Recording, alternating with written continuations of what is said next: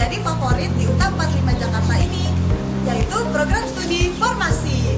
Apa aja sih fasilitas yang dimiliki program studi ini? Yuk kita lihat.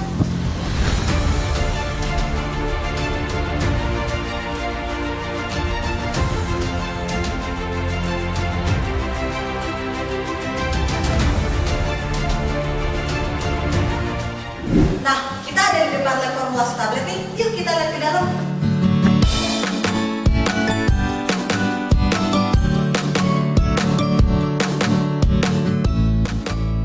Di sini, kita dapat melakukan pembuatan tablet yang dimulai dari proses pembuatan granul hingga pembuatan tablet, serta evaluasi dari granul dan evaluasi dari tablet.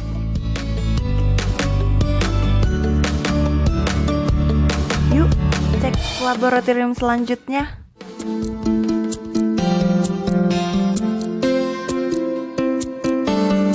Di laboratorium ini, kita bisa mempelajari berbagai macam bagian tanaman obat loh. Dan di sini kita juga bisa melihat gambaran struktur dari tanaman obat-obat tersebut.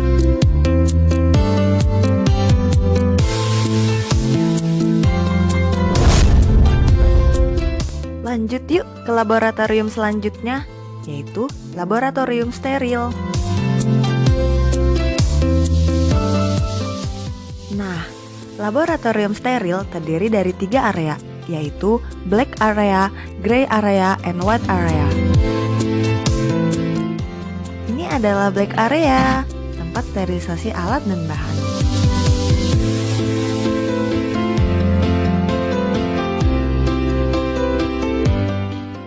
Yang ini adalah gray area, tempat sterilisasi diri.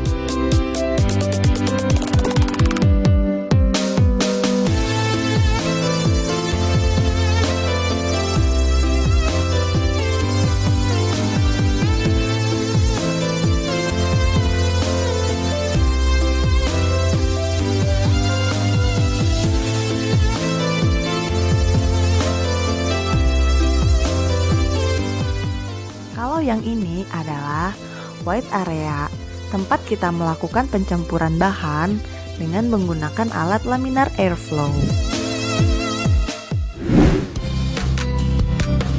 Selamat datang di Apotek Pendidikan. Di sini kita dapat melakukan simulasi konseling mengenai informasi pengobatan dan penggunaan obat-obatan.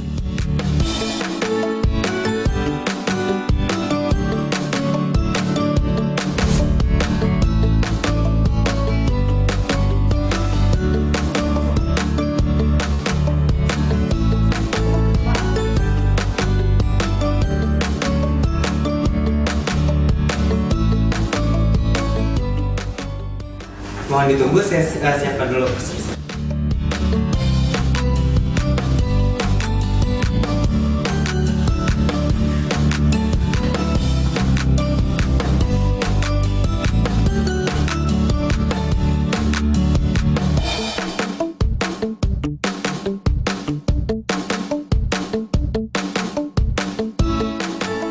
Mungkin itu aja. Terima kasih Bapak, semoga lekas sembuh.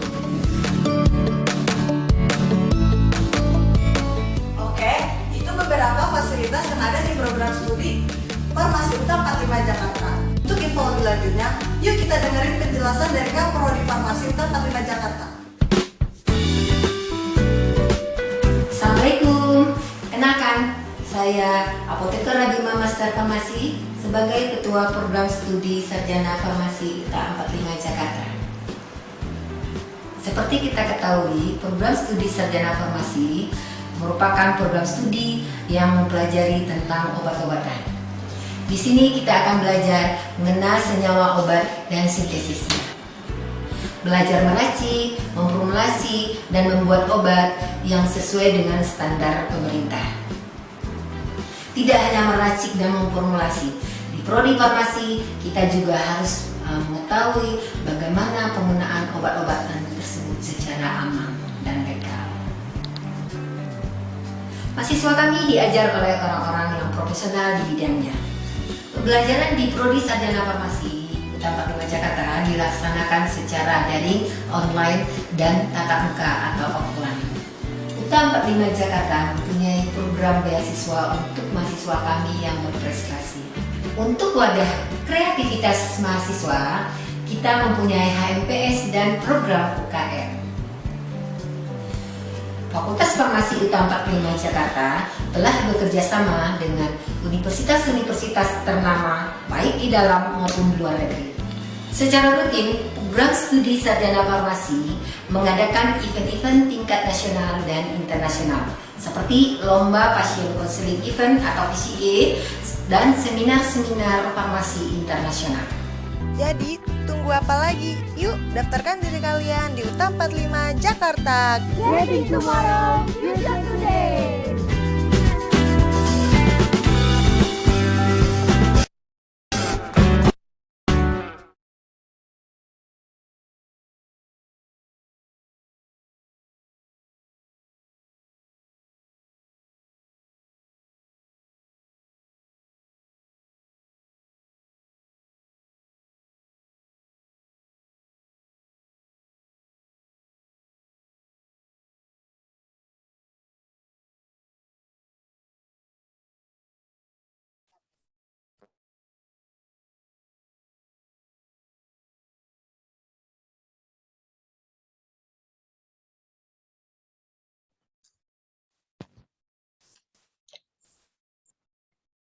Baik, Assalamualaikum warahmatullahi wabarakatuh.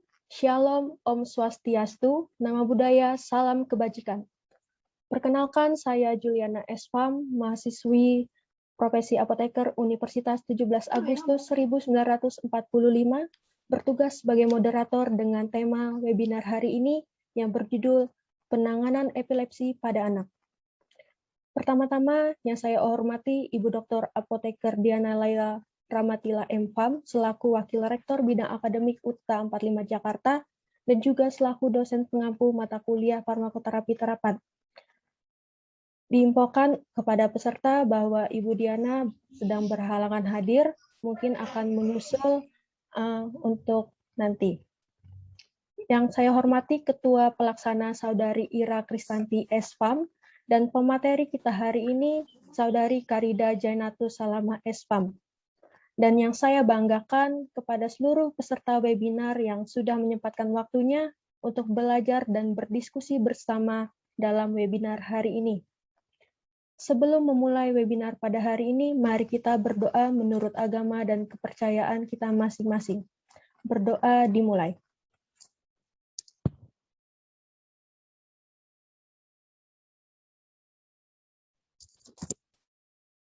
Baik, berdoa selesai.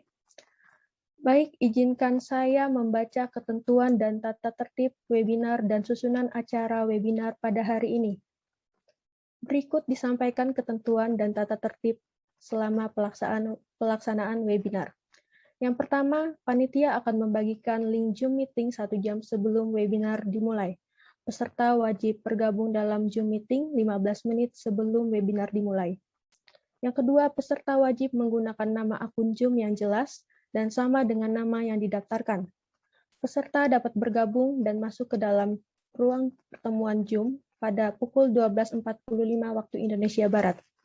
Peserta wajib menonaktifkan suara saat bergabung Zoom meeting. Peserta mengaktifkan video saat kegiatan berlangsung. Diberitahukan bagi peserta yang tepat waktu dan on kamera selama webinar berlangsung akan mendapatkan reward dari panitia. Jadi, diharapkan untuk peserta on kamera, maka panitia akan melihat.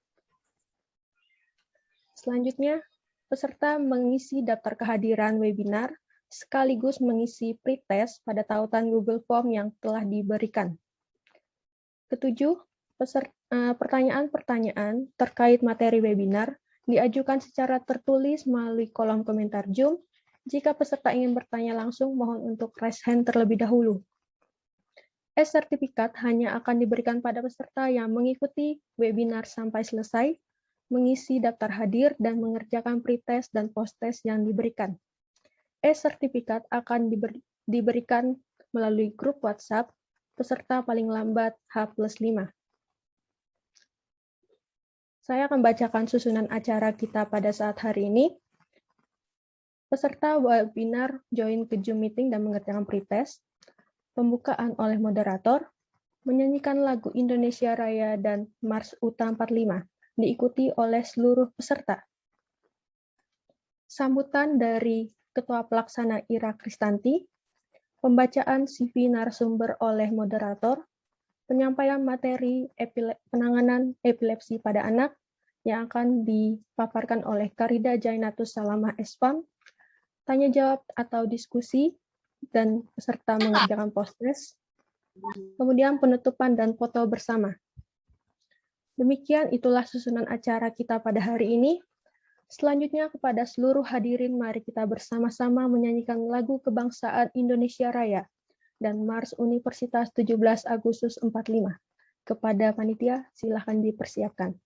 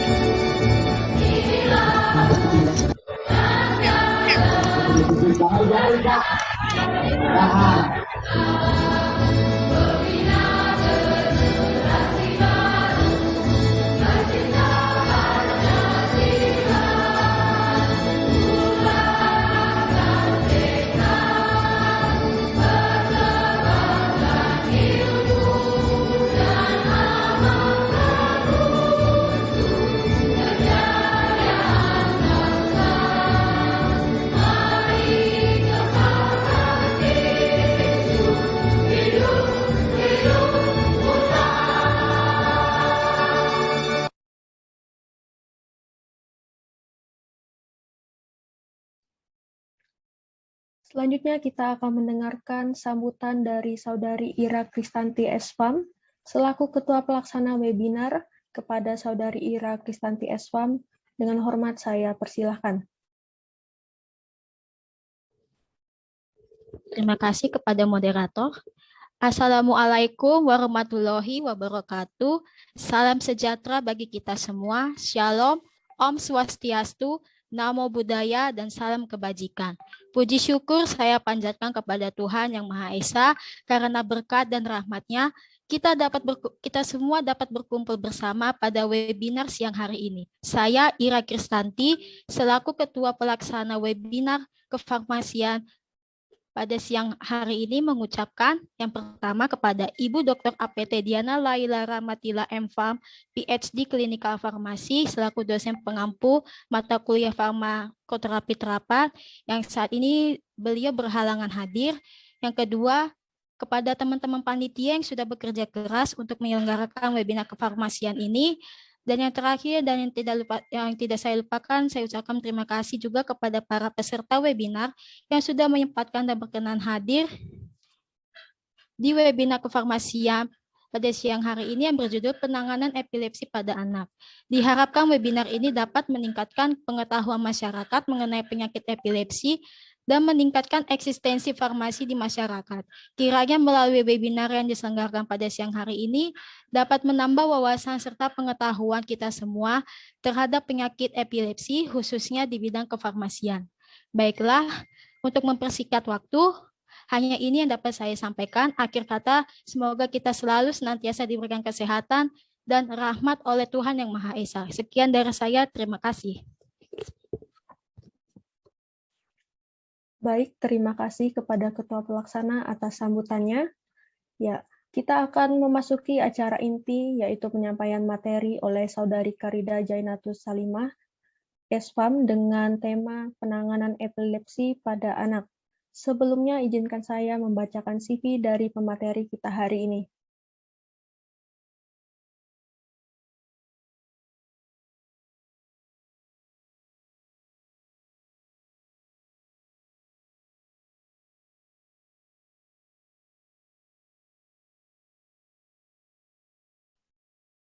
Panitia, untuk share screen CV pemateri.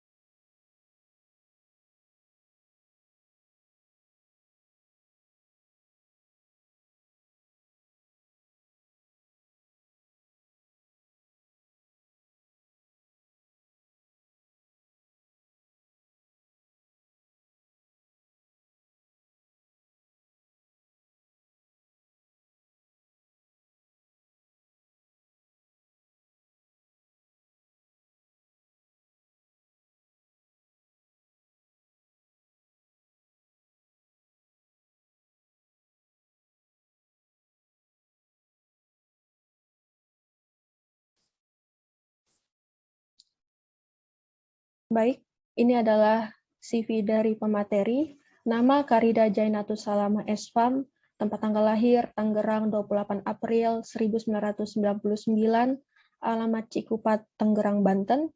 Pendidikan formal pada tahun 2005 sampai 2011, mengempuh pendidikan di SD Negeri Talagasari, Cikupa, pada tahun 2011 sampai 2014 di SMP Negeri 1 Cikupa, pada tahun 2014 sampai tahun 2017 di SMK Kesehatan Yarsi Medika 3 Raksa, pada tahun 2017 sampai tahun 2021 menempuh pendidikan S1 Farmasi di Universitas 17 Agustus 1945 Jakarta, dan pada saat ini sedang menempuh pendidikan profesi apoteker di Universitas 17 Agustus 1945 di Jakarta, Angkatan 45. Pendidikan non-formal pemateri pada tahun 2003 sampai tahun 2007 mengikuti program bahasa Inggris di lembaga Mesco English Course. Pada tahun 2003 sampai 2007 mengikuti program Al-Quran dan Bahasa Arab di Lembaga Pendidikan Al-Quran Nurul Ikhwan. Pada tahun 2005 sampai tahun 2009 mengikuti program Matematika di Lembaga Kumon. Pada tahun 2010 sampai tahun 2012 mengikuti program Bahasa Inggris di Lembaga English First. Pada tahun 2011 sampai 2014 mengikuti program komputer di LPBA Mandiri. Pada tahun 2015 sampai tahun 2017 mengikuti program super intensif SBMPTN di Ganesha Operation. Pada tahun 2017 mengikuti program TOEFL di Shell English Course. Pengalaman organisasi pemateri pada tahun 2010 mengikuti organisasi pramuka sebagai bendahara. Pada tahun 2011 sampai 2014 mengikuti organisasi patroli keamanan sekolah sebagai humas. Pada tahun 2011 mengikuti organisasi Science Club sebagai sekretaris. Pada tahun 2012 mengikuti organisasi Med Club sebagai ketua. Pada tahun 2014 sampai tahun 2017 mengikuti Palang Merah Remaja sebagai bendahara. Pada tahun 2017 sampai dengan sekarang mengikuti organisasi Karang Taruna sebagai humas. Dan pada tahun 2020 sampai 2021 mengikuti organisasi Himpunan Mahasiswa Program Studi Farmasi Universitas 17 Agustus 1945 Jakarta dengan jabatan Koordinator Divisi Penelitian, Pengembangan, dan Kaderisasi.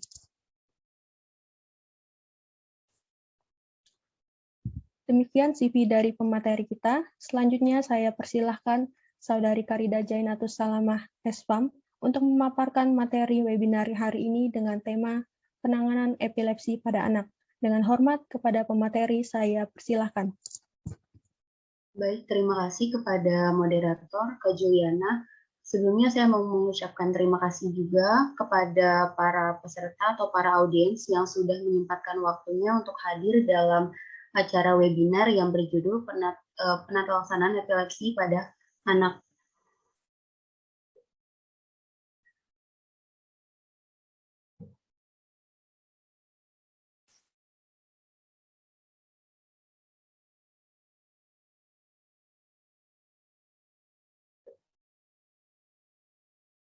Baik, untuk mempersingkat waktu, izinkan saya untuk memulai materi pada webinar kali ini. Webinar penanganan epilepsi terhadap anak oleh Dr. Apoteker Diana Laila Ramatilah, Magister Farmasi.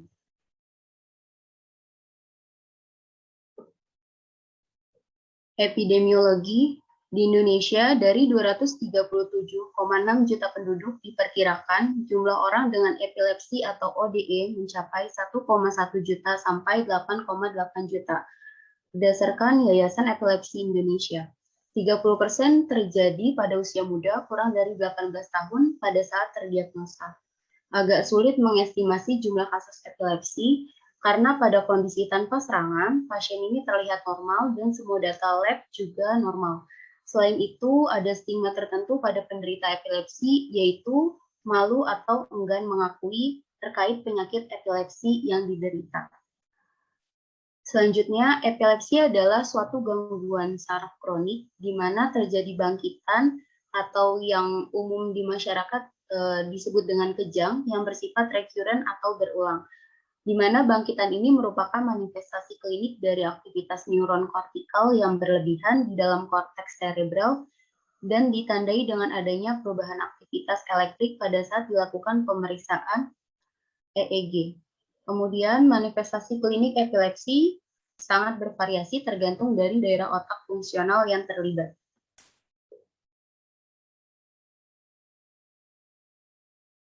Berikut adalah klasifikasi epilepsi. Berdasarkan tanda klinik dan data EEG, bangkitan dibagi menjadi dua, yaitu ada bangkitan umum atau generalized seizure, yaitu jika aktivasi terjadi pada kedua hemisfer otak atau kedua bagian otak secara bersama-sama.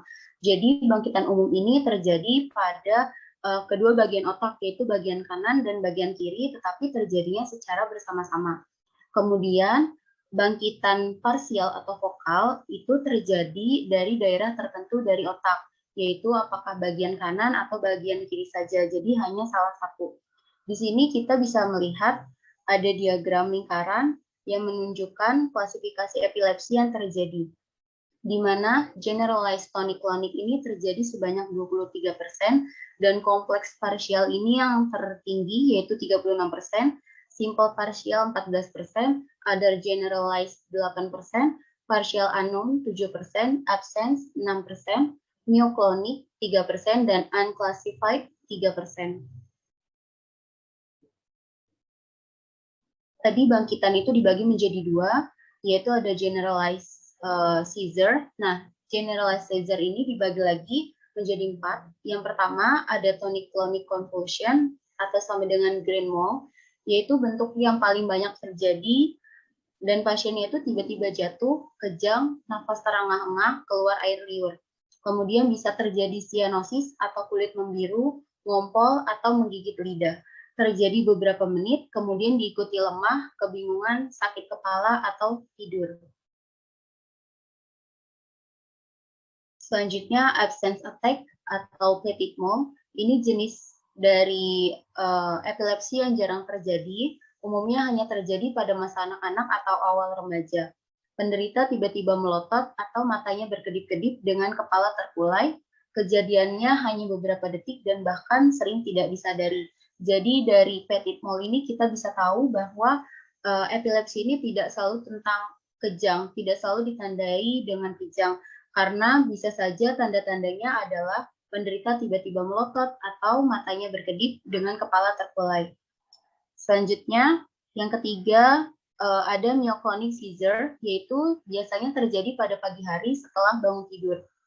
Pasien mengalami sentakan yang tiba-tiba. Di sini bisa terlihat ya contoh gambarnya dari myoclonic seizure di sebelah kanan. Selanjutnya ada atonic seizure, yaitu jenis dari generalized seizure yang jarang terjadi, di mana pasien tiba-tiba kehilangan kekuatan otot. Jadi barang yang sedang dipegang itu biasanya terjatuh, tapi langsung segera ter-recover. Di sini juga sebelah kanan ada contoh gambarnya dari atonic seizure. Selanjutnya ada bangkitan parsial. Bangkitan parsial ini dibagi menjadi dua, yaitu ada simple partial seizure, di mana pasien tidak kehilangan kesadaran. Terjadi sentakan-sentakan pada bagian tertentu dari tubuh yang tidak terkontrol. Yang kedua ada complex partial seizure, di mana pasien melakukan gerakan yang tidak terkendali. Misalnya gerakan mengunyah, meringis, dan lain-lain tanpa adanya kesadaran.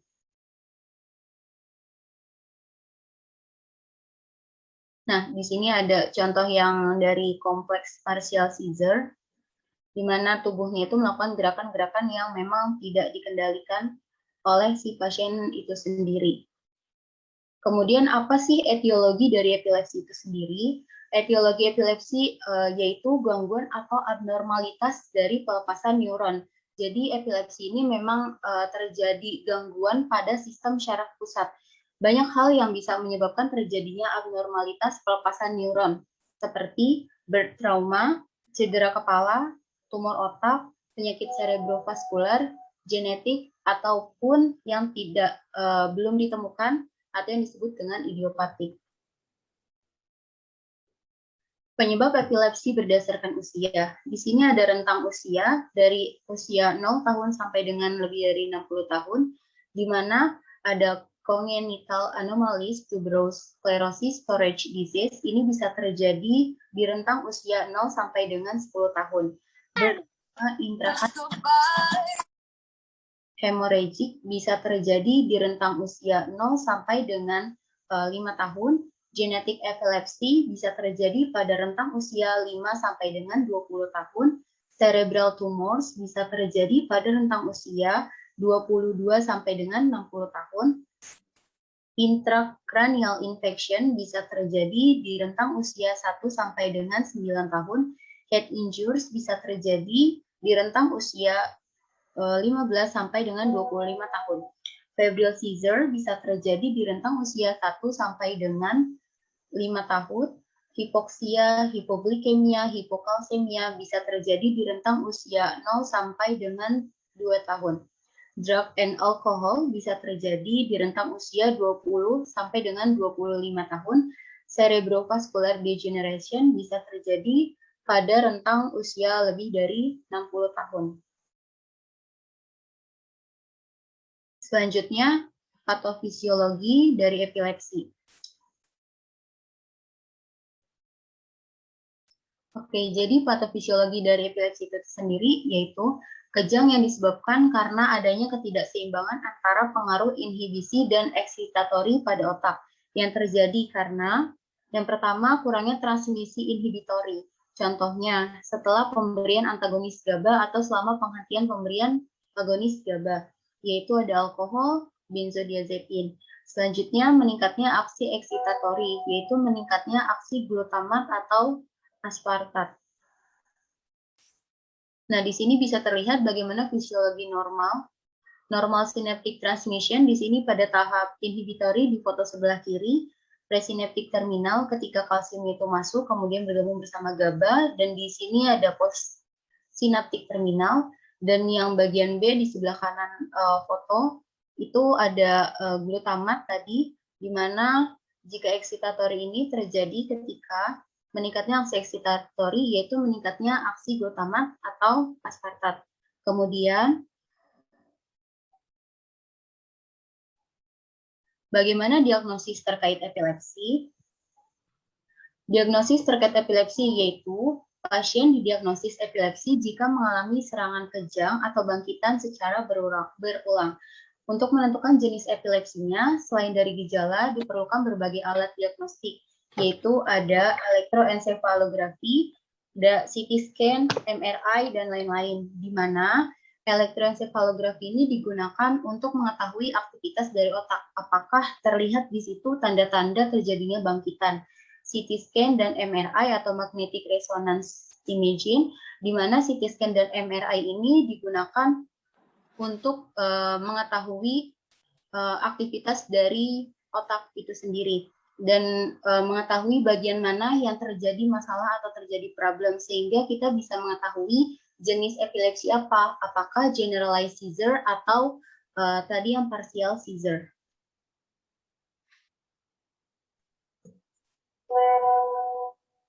Selanjutnya, bagaimana terkait sasaran terapi dan strategi terapi pada epilepsi. Sasaran terapi yaitu dengan mengontrol atau mencegah dan mengurangi frekuensi supaya tidak terjadi kejang dan pasien bisa beraktivitas normal lagi. Yang kedua, meminimalisir adverse effect of drug.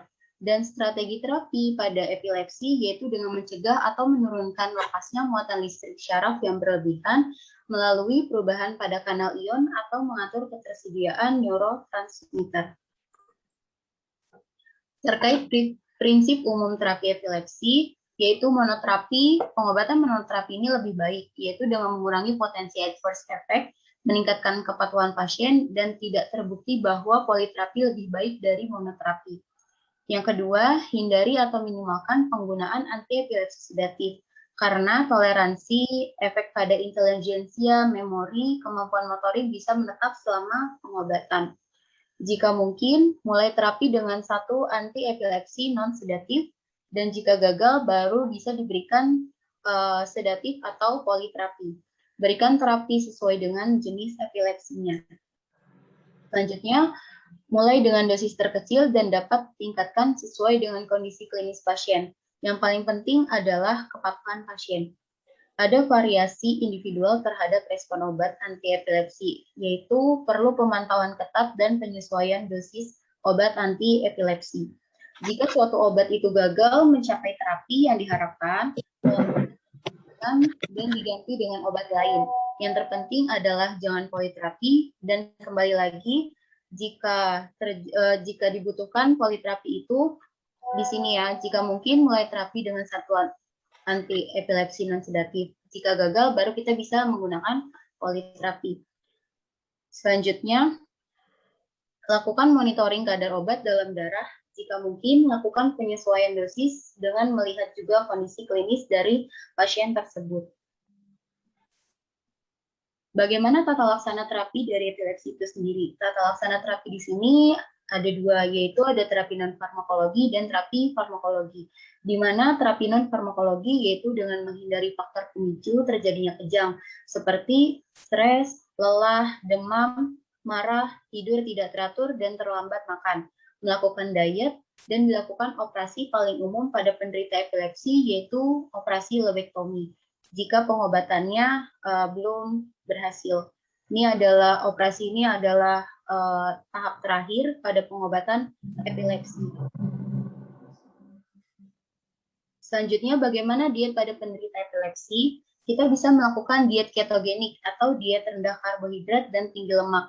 Kondisi ketosis yang dialami tubuh saat menjalankan diet ketogenik berperan dalam mengurangi gejala dari epilepsi. Senyawa keton itu yang dihasilkan saat kondisi ketosis dapat menjadi sumber energi untuk otak yang lebih efisien dan dapat melindungi sel otak dari kerusakan.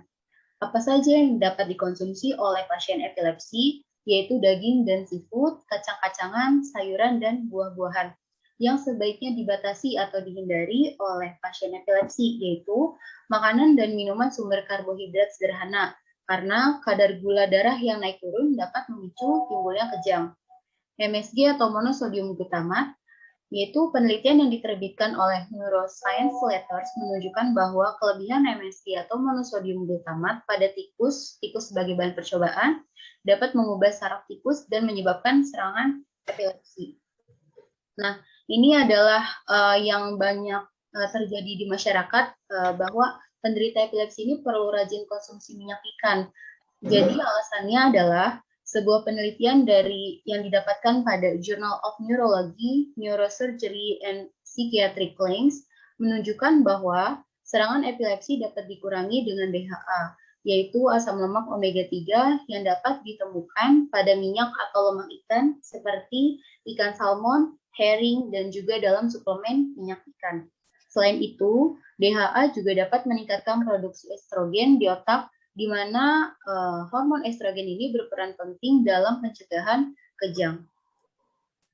Selanjutnya ada terapi farmakologi, obat-obat yang meningkatkan inaktivasi kanal natrium, yaitu di mana fungsi dari inaktivasi kanal natrium yaitu untuk menurunkan kemampuan syaraf untuk menghantarkan muatan listrik.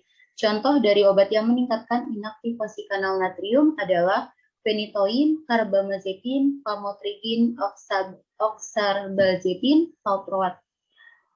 Selanjutnya ada obat yang meningkatkan transmisi inhibitori GABAergic, yaitu ada kelompok agonis reseptor GABA yang bekerja dengan meningkatkan transmisi inhibitori dengan mengaktifkan reseptor GABA. Contohnya adalah benzodiazepin dan clopidogrel. Selanjutnya, kelompok yang menghambat GABA transaminase yang bekerja dengan meningkatkan konsentrasi dari GABA. Contohnya adalah vigabatrin. Selanjutnya, kelompok obat yang menghambat GABA transporter, di mana kerjanya yaitu memperlama aksi dari GABA. Contohnya adalah tiagabin. Selanjutnya, ada kelompok yang meningkatkan konsentrasi GABA pada cairan cerebrospinal pasien, yang bekerja mungkin dengan menstimulasi pelepasan GABA dari non-vesicular fluid. Contohnya adalah gabapentin. Terkait pemilihan obat, tergantung kepada jenis epilepsinya. Di sini ada tabel di mana untuk partial seizure, drug of choice-nya adalah carbamazepine, phenytoin, valproat. Untuk alternatifnya bisa digunakan lamotrigine, gabapentin, topiramat, tiagabin, primidone, dan phenobarbital. Untuk jenis dari epilepsi generalized tonic-clonic atau grand mal, drug of choice-nya adalah valproat, carbamazepine, dan phenytoin. Untuk alternatifnya bisa digunakan lamotrigine, topiramat, primidone, dan phenobarbital. Untuk jenis epilepsi absence, drug of choice-nya bisa digunakan etosuximid atau valproat. Untuk alternatif dari jenis epilepsi absence yaitu clonazepam dan lamotrigine. Selanjutnya, jenis epilepsi atypical absence, drug of choice-nya bisa digunakan valproat, sedangkan alternatifnya bisa digunakan clonazepam, lamotrigine, topiramat, dan felbamat. Bagaimana penanganan epilepsi pada anak? Pengobatan untuk epilepsi biasanya dimulai dengan obat-obatan untuk mencegah kejang atau obat anti epilepsi. Jadi ketika anak itu sudah 1 sampai dengan 2 kali ada tanda kejang, itu kita harus segera membawanya ke dokter. Nanti oleh dokter itu akan dilakukan pemeriksaan yang mendukung, misalnya ada EEG, ada MRI atau CT scan. Nanti jika hasilnya positif, anak tersebut menderita epilepsi, kita bisa melakukan pencegahan, yaitu dokter akan memberikan obat-obatan untuk mencegah kejang atau obat anti epilepsi, di mana dosis yang tepat ini akan terus dipertahankan sampai dengan 2 tahun bebas kejang. Dosisnya juga akan disesuaikan dengan kenaikan berat badan dari anak tersebut. Jika satu jenis obat dengan dosis maksimal tidak dapat mengendalikan kejang anak, obat anti epilepsi kedua akan ditambahkan atau dilakukan pengobatan atau menukar dengan jenis obat yang berbeda. Bagaimana tips penanganan epilepsi pada anak? Yang pertama, kita harus memperhatikan jadwal minum obat. Jadi pada pasien anak ini diusahakan untuk tidak menghentikan penggunaan obat. Jadi penggunaan obat itu harus dikonsumsi rutin selama 2 tahun agar anak tersebut bebas kejang. Kemudian yang kedua, kenali pemicu kejang. Bagaimana pemicu kejang itu? Misalnya dari makanan, dari aktivitas si anak tersebut, apakah anak tersebut lelah atau emosi atau telat tidur, telat makan, itu juga bisa menjadi pemicu kejang. Kemudian yang ketiga, informasikan obat lain yang dikonsumsi anak agar tidak terjadi interaksi obat yang digunakan. Yang keempat, hindari menggunakan obat sembarangan. Jadi jika ingin menggunakan obat pada selama rentang waktu terapi dari epilepsi itu, infokan kepada dokter. Kemudian yang kelima, konsumsi minyak ikan, di mana sebelumnya harus dikonsultasikan dengan dokter. Dan yang keenam, amankan anak pada saat kejang, yaitu jika terjadi kejang mungkin di pinggir jalan, kita bisa membawanya dulu ke tempat yang lebih aman, terus kita bisa miringkan badan anak tersebut, agar jika ada konsumsi air liur yang berlebihan bisa keluar, kemudian kita bisa melonggarkan pakaiannya agar lebih cepat reda kejangnya. Sekian presentasi materi webinar penanganan epilepsi pada anak. Saya serahkan kembali kepada moderator.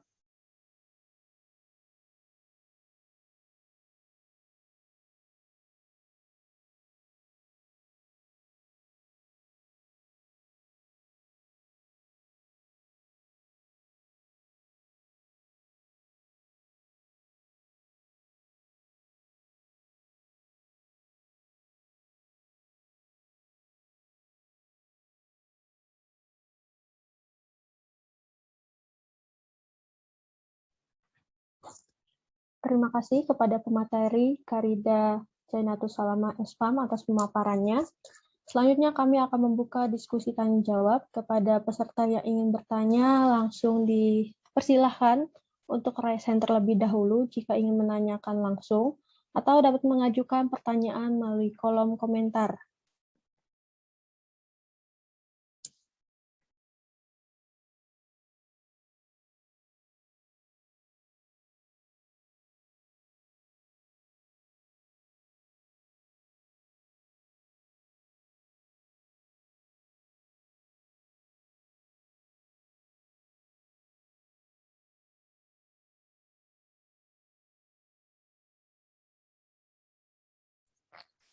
Baik, sudah ada beberapa pertanyaan yang masuk. Saya akan memilih pertanyaan yang cukup untuk menarik untuk kita bahas. Ya, yang pertama mau tanya Pak, kalau epilepsi ini bisakah disembuhkan dengan pengobatan alternatif? Ini dari Rodia Empon. Bagaimana pemateri? Apakah sudah jelas pertanyaannya? Oke, sudah. Ini bisa langsung dijawab atau bagaimana? Bisa langsung dijawab. Bisa langsung dijawab saja. Oke, jadi terkait pengobatan epilepsi menggunakan pengobatan alternatif, di sini menurut saya pengobatan alternatifnya yang bagaimana dulu. Tetapi yang paling penting adalah lebih baik kita menggunakan obat anti epilepsi yang diserahkan oleh dokter. Dan jikalau ingin mencoba pengobatan alternatif, dipersilahkan, karena kan ini kembali lagi kepada individunya. Tapi langkah lebih baiknya kita konsultasikan kepada dokter agar mungkin tidak ada interaksi obat atau bagaimana. Begitu kakak moderator. Untuk Kak Rodia Empon, apakah sudah jelas? Baik Kak, terima kasih sudah jelas. Iya Kak, sama-sama. Ya, selanjutnya ada pertanyaan dari Agustina. Pertanyaannya, apakah boleh berhenti minum obat epilepsi tanpa konsultasi ke dokter? Silakan pemateri untuk menjawab. Oke, terkait penghentian konsumsi obat epilepsi tanpa konsultasi ke dokter ya. Jadi untuk penanganan epilepsi ini dapat diberikan obat-obatan obat anti epilepsi atau AE, di mana pemberian obat ini dilakukan untuk mencegah kekambuhan dari kejang itu sendiri. Nah, pengobatan menggunakan obat anti epilepsi ini kan kita berikannya dalam jangka waktu yang panjang. Jadi untuk penghentian pengobatan ini tidak dianjurkan sebelum kita konsultasikan kepada dokter, karena penghentian obat secara mendadak ini akan menyebabkan kekambuhan. Jadi sebaiknya kita ikuti dulu alur pengobatannya gitu kan. Kita konsultasikan terlebih dahulu juga ke dokter. Biasanya dokter juga akan mengevaluasi kondisi terlebih dahulu. Jika dalam rentang waktu 2 tahun ini bebas kejang, kemungkinan akan dilakukan pemeriksaan EEG tadi, pemeriksaan CT scan, pemeriksaan MRI untuk melihat bagaimana aktivitas otaknya, apakah ada tanda-tanda kejang, apakah ada pemicu kejang itu terlihat gitu. Kalau misalnya nanti bebas kejang, baru kita hentikan penggunaan obat tersebut. Begitu Kak Agustina, apakah sudah jelas jawabannya? Oke, terima kasih. Ya, baik. Pertanyaan selanjutnya. Saya Dia Ayu Krisanti dari Universitas Setiabudi Solo. Ingin bertanya seberapa fatalkah penyakit epilepsi ini hingga penderita dianjurkan minum obat seumur hidup? Ya, baik. Karena di sini kami berkelompok, maka saya akan menjawab pertanyaan dari Kak Tias. Jadi pada dasarnya penyakit epilepsi itu dapat ditangani dengan benar, namun bila penanganannya tidak dilakukan secara optimal, kejang itu bisa terus kambuh-kambuhan, sehingga sangat membatasi aktivitas kualitas hidup pasien ke depannya. Jadi epilepsi ini sendiri sesungguhnya sih sebenarnya sih nggak mematikan ya. Namun kejangnya itu dan penurunan kesadaran akibat epilepsi itu bisa meningkatkan risiko cedera seperti kecelakaan lalu lintas, terjatuh dari ketinggian, dan tenggelam yang akan berakibat fatal. Jadi tidak seumur hidup juga sih. Misalnya nanti dokternya memantau selama 3 tahun pasien ini tidak kejang lagi, berarti kan pengobatannya itu efektif. Maka obat epilepsi itu dapat diturunkan dulu dosisnya, baru bisa dihentikan. Jadi tidak bisa langsung dihentikan langsung, namun harus ada penurunan dosis terlebih dahulu. Dan juga menurut pemantauan dokter, apabila selama 3 tahun tidak ada kejang pada pasien, maka dapat diturunkan dosisnya dan kemudian dihentikan pengobatannya. Seperti itu. Ya, selanjutnya kami akan memilih lagi pertanyaan. Ya, pertanyaan dari Kak Vita Amalia. Selamat siang, saya Vita Amalia ingin bertanya, apabila seorang pasien anak mengalami epilepsi dalam waktu tertentu dan mengalami speech delay, apakah speech delay tersebut pengaruh terhadap epilepsi dan yang telah terjadi? Oh ya, mungkin bisa dijawab oleh Kak Indriati. Dipersilakan. Ya, terima kasih moderator untuk kita. Terima kasih untuk pertanyaannya, bagus banget. Jadi sebelumnya dari pemaparan materi sebelumnya itu epilepsi itu kondisi kejang yang terjadi pada anak karena adanya gangguan pada aktivitas listrik di otak. Beberapa penelitian itu menunjukkan jika epilepsi ini terjadi pada anak pada usia yang lebih dini sekitar 0 sampai 5 tahun, maka anak dapat mengalami gangguan perkembangan bahasa. Namun selain itu penyebab gangguan perkembangan bahasa atau speech delay itu ada penyebab lainnya atau faktor lainnya kayak seperti kekurangan nutrisi, cedera kepala, penyakit hipotiroidisme, cerebral palsy, autisme dan gangguan psikologis. Kalau saran saya sih coba diperiksakan dulu ke dokter anak Anda, lalu nanti dokternya itu akan melakukan beberapa pemeriksaan penunjang. Jadi kalau misalnya untuk gangguan perkembangan ini tuh bisa juga dengan berkaitan dengan kondisi lain. Nantinya dokter mungkin akan menganjurkan terapi bicara untuk anak atau terapi lain jika diperlukan. Kalau untuk saat ini, coba silahkan dicoba mencoba stimulasi anak dengan mengajak anak berbicara, membacakan buku dongeng anak, meluangkan waktu, terus memberikan asupan makanan yang bergizi untuk anak agar kebutuhan nutrisinya terpenuhi. Seperti itu. Baik, Kak. Terima kasih. Baik, terima kasih atas jawabannya, Kak Indriati. Selanjutnya, pertanyaan dari Sofi Aprianti. Pasien sedang menjalani terapi obat epilepsi.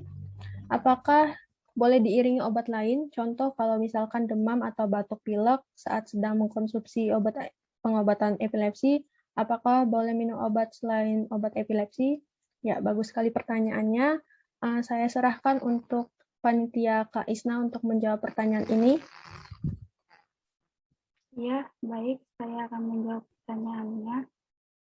Jawabannya terdapat beberapa obat yang menyebabkan interaksi obat, sehingga tidak disarankan untuk dikonsumsi bersamaan dengan obat anti-epilepsi. Obat tersebut berbeda tergantung jenis obat epilepsi yang saat ini dikonsumsi, sehingga perlu diketahui jenis obat epilepsi yang saat ini sedang dikonsumsi.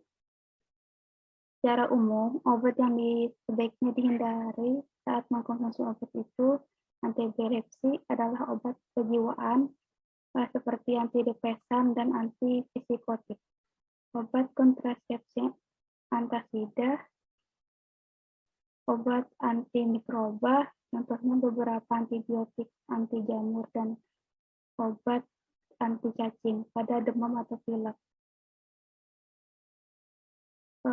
Penggunaan obat paracetamol serta obat batuk pilek tidak termasuk ke dalamnya. Terima kasih. Sudah jelas?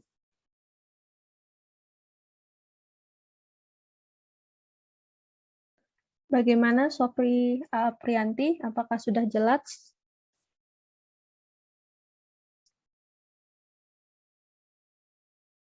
Ya, mungkin sudah jelas ya.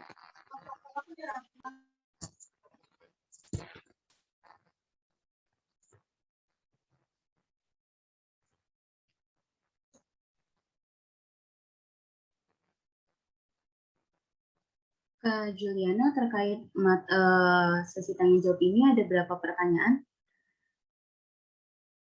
Ya,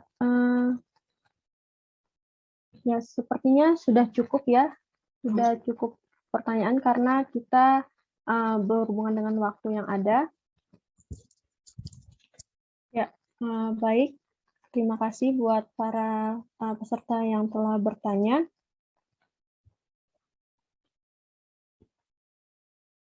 Ya, baiklah. Sebelum mengakhiri webinar pada hari ini, izinkan saya untuk membacakan notulen webinar kita pada hari ini.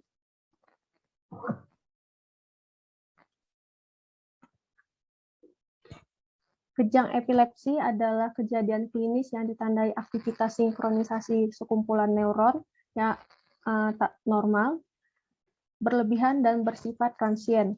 Aktivitas berlebihan tersebut menyebabkan disorganisasi paroksimal pada satu atau beberapa fungsi otak yang dapat bermanifestasi eksitasi positif, motorik, sensorik, dan psikis, dan negatif, hilangnya kesadaran tonus, otot, dan kemampuan bicara, atau gabungan keduanya. Klasifikasi epilepsi yang pertama yaitu adalah kejang umum, yaitu gejala awal kejang dan atau gambaran EEG menunjukkan keterlibatan kedua hemisfer. Kejang umum itu sendiri terbagi menjadi kejang tonik, klonik, tonik-klonit, absan, mioklonik, dan atonik. Kemudian yang kedua ada kejang parsial.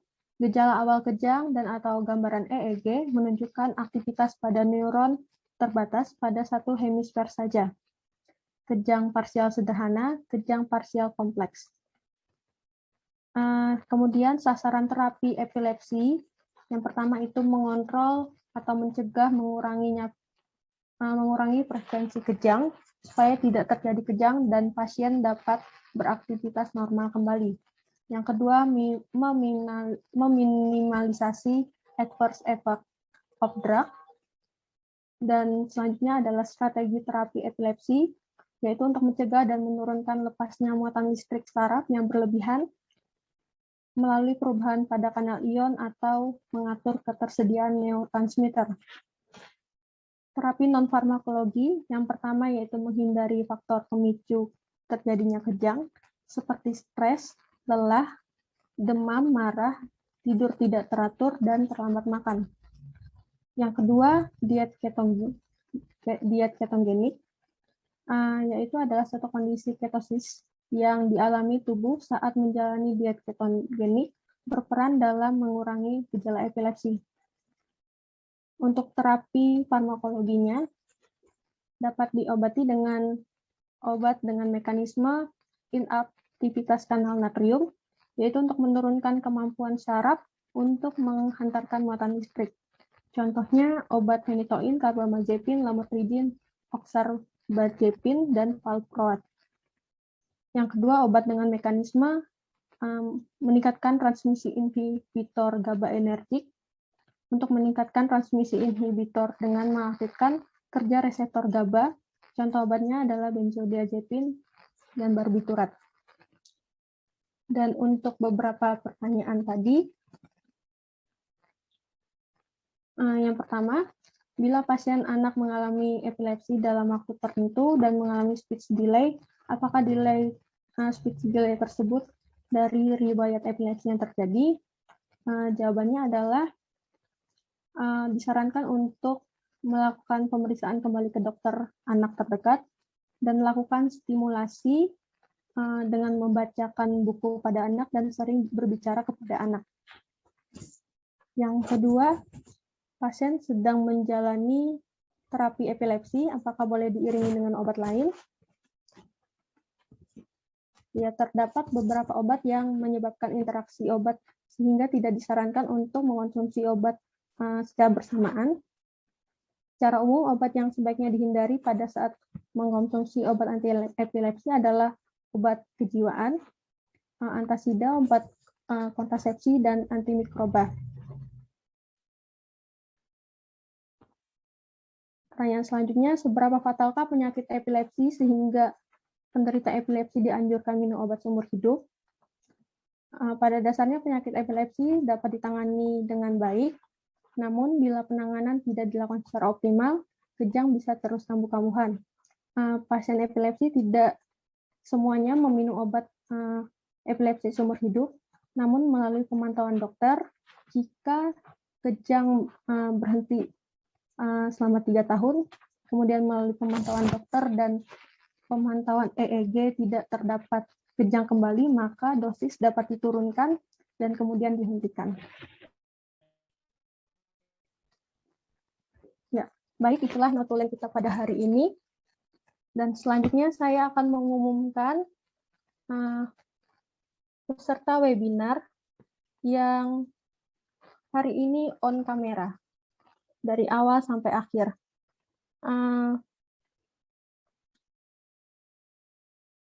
Yang pertama, kepada peserta Agustina, Muhammad Ervan, siapa nih ya? sebentar.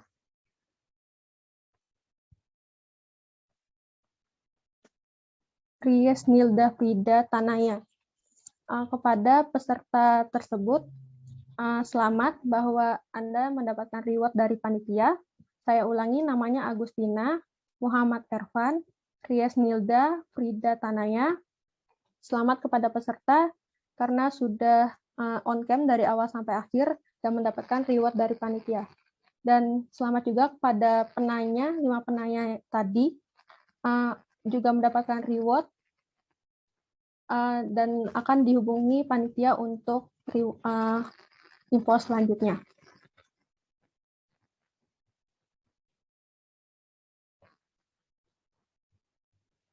Ya, saya ucapkan terima kasih kepada seluruh hadirin semuanya, dan saya ucapkan terima kasih juga kepada Saudari Karida Jainatus Salama Esfam yang sudah memaparkan materinya, dan saya ucapkan terima kasih kepada seluruh panitia yang bertugas dan kepada seluruh peserta webinar atas antusiasmenya sehingga webinar dengan tema penanganan epilepsi pada anak dapat berjalan dengan penuh hikmat dan penuh kebermanfaatan.